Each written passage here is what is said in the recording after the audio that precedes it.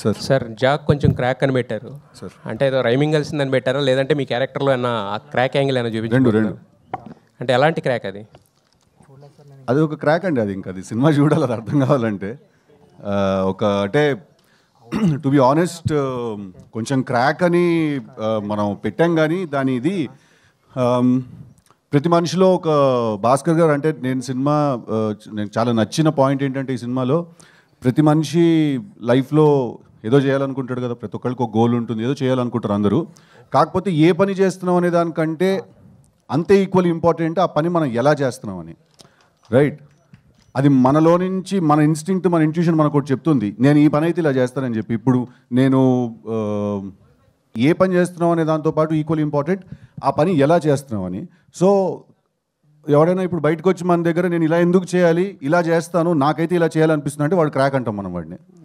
So అందుకే Jack crack అనమాట.